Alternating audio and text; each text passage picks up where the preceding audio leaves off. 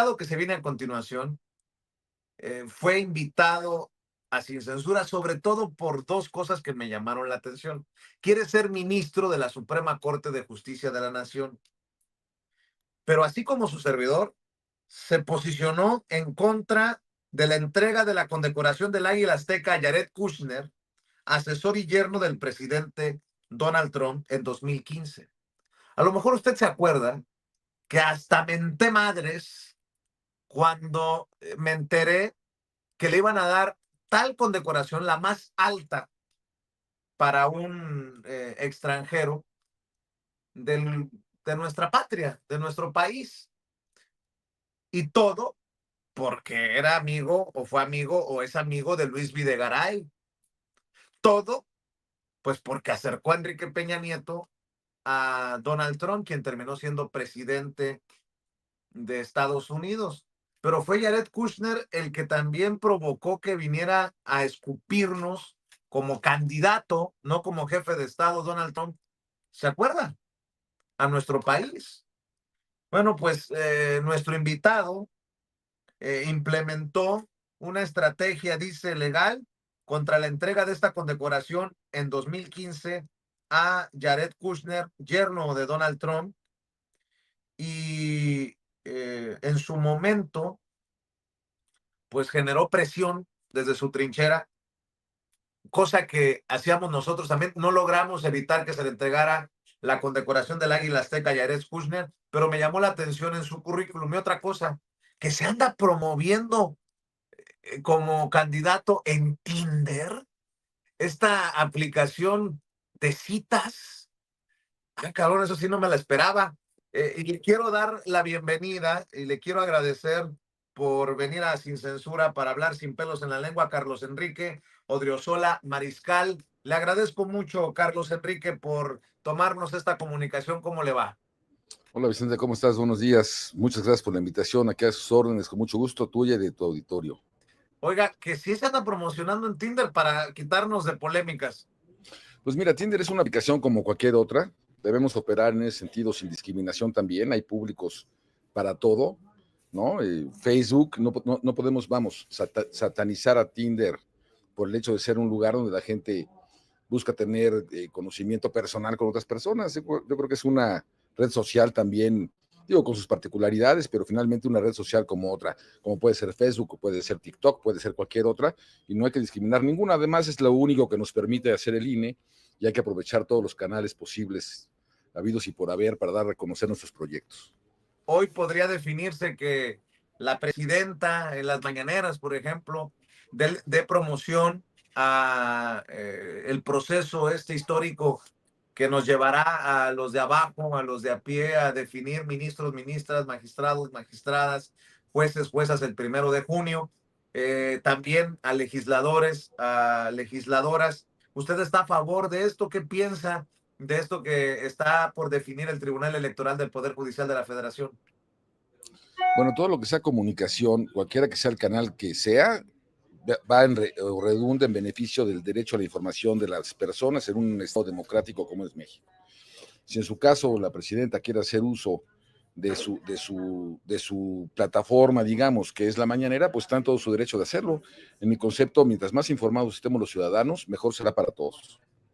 ¿Por qué quiere ser ministro? Le decía a la gente que nos está viendo y escuchando que me llamó la atención que compartíamos el repudio por la condecoración del Águila Azteca a Jared Kushner, que también exhibía lo arrastrado que fue Luis Videgaray y Peña Nieto, lo arrastrados que fueron con pues el imperio yanqui y bueno, Donald Trump en su momento como candidato. Eh, Cuénteme un poco, Carlos. Claro que sí, con mucho gusto. Mira, yo tengo 30 años litigando, soy abogado litigante, tengo 30 años luchando en los tribunales por el respeto de los derechos de las personas.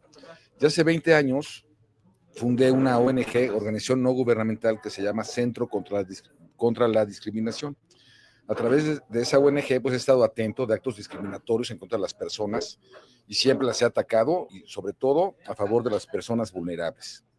En el caso de Trump, En el 2015 fue cuando él anunció su posible candidatura, porque todavía no era candidato, pretendía ser candidato del Partido Republicano a la presidencia de Estados Unidos. Y entonces presenté ante el Consejo Nacional para Prevenir la Discriminación, recién creado, una queja para visibilizar el problema y visibilizar el acto discriminatorio que ya entonces tenía este señor en contra de los migrantes mexicanos que requieren o merecen todo el respeto habido y por haber, por lo que sufren, por lo que representan, por el trabajo arduo que hacen en Estados Unidos.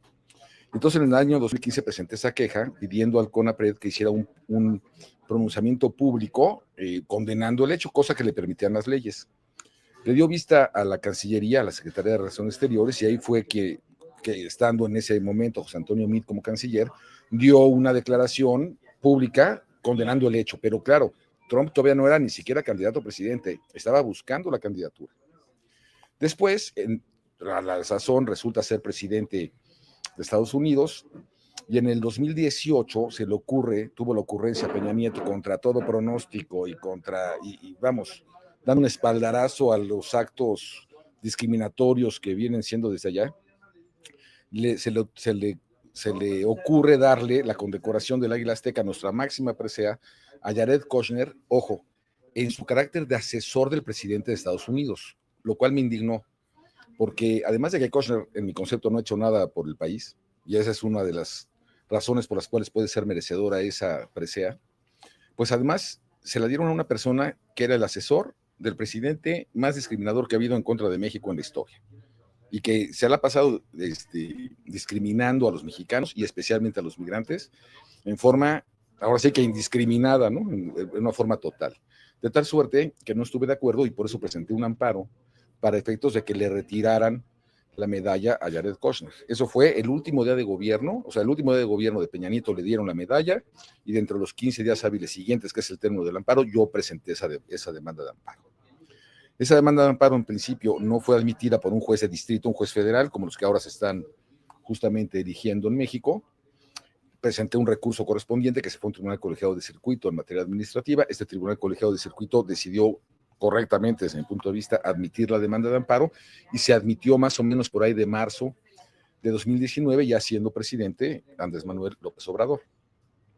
Esto llegó hasta la mañanera, él dijo que no quería testerear gobiernos ajenos, lo cual es comprensible dada la importancia o poder que puede tener un señor como Trump siendo presidente de Estados Unidos, pero finalmente había que visibilizar el hecho de que esa medalla o esa condecoración era completamente injusta para los migrantes que tanto sufren y que son discriminados por este señor. Claro. Don Carlos, estoy viendo, por ejemplo, hace un rato a Ciro Murayama, ex consejero del Instituto Nacional Electoral, de Domenique, de Lorenzo Córdoba, quien fue consejero presidente, o al revés, no sé cómo sea. Con Ciro Gómez le iba a decir, lanzar una advertencia contra el proceso para la elección judicial en la que estás participando. Nos van a dejar sin un pilar fundamental. Todo lo que se construyó se está dinamitando. Pareciera que hay hay un México muy reducido de estos que no quieren que el pueblo elija, y el 80% de los mexicanos y mexicanas que respaldan el gobierno del segundo piso de la Cuarta Transformación. ¿Dónde te ubicas tú? ¿Cómo te ves? ¿Cómo te visualizas? ¿Cómo te defines en este México de los Ciro Murayama, de la 4T, de esto que te planteo? Mira, yo creo que tenemos que ser muy objetivos y utilizando un poco el símil de construcción que tú me señalas y que están tirando, dinamitando lo ya construido, yo te diría que siempre que haces un edificio nuevo tienes que tirar el anterior. Y evidentemente estamos en un caso clásico donde va a ser con dolor, porque los cambios importantes siempre son dolorosos, ¿no? Un cambio que no duele, un cambio que no causa incomodidad, pues no es realmente un cambio, ¿no? Será en todo caso una remodelación, y aquí no se requería de una remodelación. El Poder Judicial es y era muy corrupto, es y era muy ineficaz, y evidentemente que requería o requiere de un cambio profundo, de un cambio de los cimientos, y para cambiar los cimientos tienes que dinamitar. O sea, eso no está o no cabe duda. Si el sistema que se está siguiendo no es el adecuado, eso lo veremos en un futuro. yo creo que sí da la oportunidad de ser un proceso mucho más democrático desde el momento mismo en que las personas como yo, que pretendemos ser ministro de la Corte, podemos hacerlo cuando antes seguramente no teníamos la oportunidad si no éramos amigos del presidente o del consejero de la judicatura, ¿no? Si no estábamos en ese círculo rojo presidencial, no había forma humana de que una persona pudiera aspirar siquiera a acercarse a la Corte. Y entonces creo yo que eso es muy positivo y va a ser sin duda un ejercicio democrático de primer nivel y modelo para el mundo, cualquiera que sea el resultado, porque pues alguien tenía que atreverse a hacerlo, ¿no?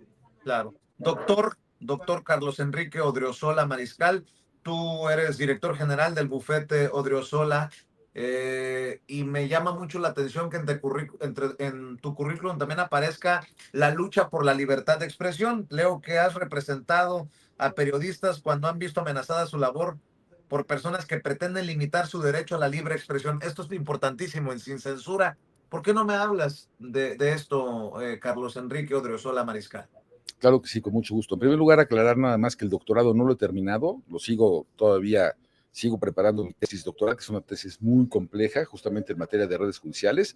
Soy doctorando, pero todavía no me he doctorado, no quiero que después me digan que ando plagiando títulos o tesis. Y en lo relativo a la libertad de expresión es algo muy interesante que he trabajado mucho, sobre todo de la mano de la libertad, no solo de la libertad de expresión, sino también de la libertad del derecho a la información de las personas y también del derecho al honor de las personas. Yo he representado no solo a periodistas, sino también a personas que se han visto en su caso, digamos, de alguna forma afectadas por publicaciones con malicia por parte de comunicadores. Es decir, por eso quiero ser juez, hay que ser neutral, ¿no? Y de alguna forma ¿Podrías darnos nombres y apellidos, por ejemplo? Sí, claro que sí. Por ejemplo, yo he defendido ante medios de comunicación a Andrea Legarreta, por ejemplo, contra la empresa Notmusa, que es la de TV Notas, porque se les ocurrió atacar su honor con fotografías truqueadas, su honor desde el punto de vista sexual, ¿no? Y logramos una sentencia en contra de Notmusa donde la obligamos a pagar un daño moral importante y una disculpa pública además. La publicación de la sentencia, además también en la revista, contra ese medio impreso. Por ejemplo, hemos demandado a medios como el Reforma, que es un asunto muy controvertido que recientemente se resolvió en la Suprema Corte, justamente porque yo litigo ante la Suprema Corte, llevo mis asuntos hasta la Suprema Corte, hasta las últimas consecuencias. Y ahí fue controvertido porque a la persona que yo represento es una mujer, y siempre he sido además muy defensor de las mujeres, una mujer que había sido justamente atacada en su honor, en su prestigio profesional, mediante una inserción pagada que había hecho ni más ni menos que un señor Raúl Beiruti, hoy prófugo, ¿no? Que le decían el rey del outsourcing. Y este señor, con tal de no pagarle los servicios a esta señora, se le ocurrió, ¿por qué no pagar 300,000 pesos o 350,000 pesos para que hiciera una inserción pagada en el medio del periódico Reforma? Entonces yo demandé, representando a esta señora, demandamos al periódico Reforma, quien contestó que no, que ellos no eran responsables, a pesar de que era a todas luces falsa la información, porque además la habían hecho con un diseño gráfico muy similar a una nota periodística, es decir, tenía toda la intención de dañar. Y nosotros demandamos pues justamente que se declarara que era un acto ilegal y que se le indemnizara a esta señora por el daño moral causado. Lo ganamos en las instancias bajas, pero llegamos a la Corte y la Corte recientemente señaló que no, que el periódico, mientras hubiera dicho que era una inserción pagada y que hubiera señalado a un supuesto responsable, no tenía ninguna responsabilidad. Yo no estoy de acuerdo con esa resolución, pero eso fue lo que resolvió la Corte ya en última instancia. Y pues tenemos a otros medios todavía y también ahí en la mira, tenemos al Universal también por un caso similar, en donde además no señalaron que fuera una inserción pagada y entonces desde mi punto de vista, pues con mayor razón tendrá que ser desde luego condenado. Tenemos también asuntos en donde defendemos a medios de comunicación que están siendo atacados por empresarios que buscan callarlos, que buscan asustarlos, que buscan de alguna forma una censura previa, ¿no? A través de una serie de demandas, que ahorita está muy de moda el acoso judicial por parte de empresarios, sobre todo, en contra de periodistas que los denuncian públicamente y válidamente, porque además el periodista tiene la obligación de comunicar los hechos en forma neutra, ¿no? En forma neutra, con investigación previa, con un sano periodismo, una sana crítica, y estos señores lo que hacen es demandarlos justamente para tratar de acallarlos, y usualmente les demandan sumas millonarias justamente para ponerlos nerviosos, para tratar de hacer una censura previa, y no solo empresarios, también políticos, ¿no? Entonces hay que estar bien atentos a velar por el pleno ejercicio de la libertad de expresión y por el pleno ejercicio de la libertad o del derecho a la información del público en toda sociedad democrática. Son dos cuestiones pilares en cualquier democracia, derechos fundamentales que deben de protegerse a toda costa, y debemos estar atentos en eso. Para ir cerrando en esta primera oportunidad, maestro, déjame preguntarte, ¿crees que Norma Piña, como ministra presidenta de la Suprema Corte de Justicia de la Nación, falló? Falló al irse a cenar con Alito, falló al posicionarse políticamente contra Andrés Manuel López Obrador, falló en esa imparcialidad al marchar contra la reforma al Poder Judicial. Sin duda fueron errores, no solo errores, fueron actos que atentan contra un poder que debe ser justamente autónomo, ¿no? Ella tomó una posición desde el punto de vista, no debe haber tomado ninguna, debieron de haberse mantenido neutrales, con diálogo con los demás poderes, sin duda, con diálogo, como dicen, diálogo pero no subordinación, ¿no? Coordinación pero no subordinación, haber platicado los mejores términos para una reforma, y eventualmente, pues ni modo, apoyarla, porque finalmente el legislativo pues es justamente el órgano que tiene esa facultad de promover la reforma constitucional, y si la reforma constitucional se da, no le toca a la Corte cuestionarla. La Corte tendrá la obligación de velar la constitucionalidad y convencionalidad de tratados internacionales de esas reformas, eventualmente, pero no opinar en cuanto si le convino o no le convino. Entonces, sin duda alguna, en mi concepto, Norma Piña hizo muy mal, y fueron, pues ahora sí que un error tras otro error y una concatenación de errores que pues así le resultó y así le costó, ¿no? Carlos Enrique Odriozola Mariscal quiere ser ministro de la Suprema Corte de Justicia de la Nación. En esta primera oportunidad, maestro, ¿qué le dices a la gente que nos está viendo y escuchando para cerrar? Pues yo le diré a la gente que tiene que ver muy bien los perfiles de las personas que podríamos integrar, en este caso la Suprema Corte de Justicia de la Nación, ser muy cuidadosos y ver que efectivamente tengan antecedentes probados, que no sean, digamos, oportunistas de la situación y empezar ahora a todo el mundo a decir que vela por la justicia que la trae, sino que efectivamente vean que los antecedentes demuestran que se ha luchado por esa justicia social. Yo creo que eso es toral para que justamente esta reforma tenga el resultado que queremos, una mejor justicia, más efectiva, como dicen ahora, no más cercana a la gente, que sea efectiva, que realmente resuelva los problemas de la gente, como el ministro de Odriozola, te garantizo que lo va a hacer. Por eso yo les pido votar por el número 57 en la boleta morada, y veremos un resultado realmente de excepción, porque vamos a luchar por la justicia social en este país. Te agradezco mucho, maestro, por acompañarnos, y bueno, que sea la primera de muchas oportunidades que tengamos para el diálogo sin censura. Gracias por la conexión y estamos al pendiente. Claro que sí, con mucho gusto, te agradezco mucho, Vicente, y a todo tu público la atención. Muchas gracias. Oye, nada más para aclarar. ¿Cuánto pagaste por esta entrevista? Digo, porque luego hay muchos malpensados, ¿no? A mí me llamó la atención lo de Jared Kushner y lo de la libertad de expresión en tu perfil, pero nada más aclárale, por favor, para que quede en el registro. No, no, absolutamente nada, y además déjame decirte y reiterarte o comentarte que en mi caso yo voy a ser completa y absolutamente observador de la ley, de los topes de campaña y de los gastos que están permitidos o no. O sea, yo soy una gente íntegra, honesta, autónoma, apartidista, que siempre me he manejado bajo ese perfil. Es decir, yo prefiero no llegar que llegar mal. Si voy a llegar va a ser por la derecha, cumpliendo con la ley y siendo una persona vertical como siempre lo he sido. Y te agradezco mucho el espacio, además.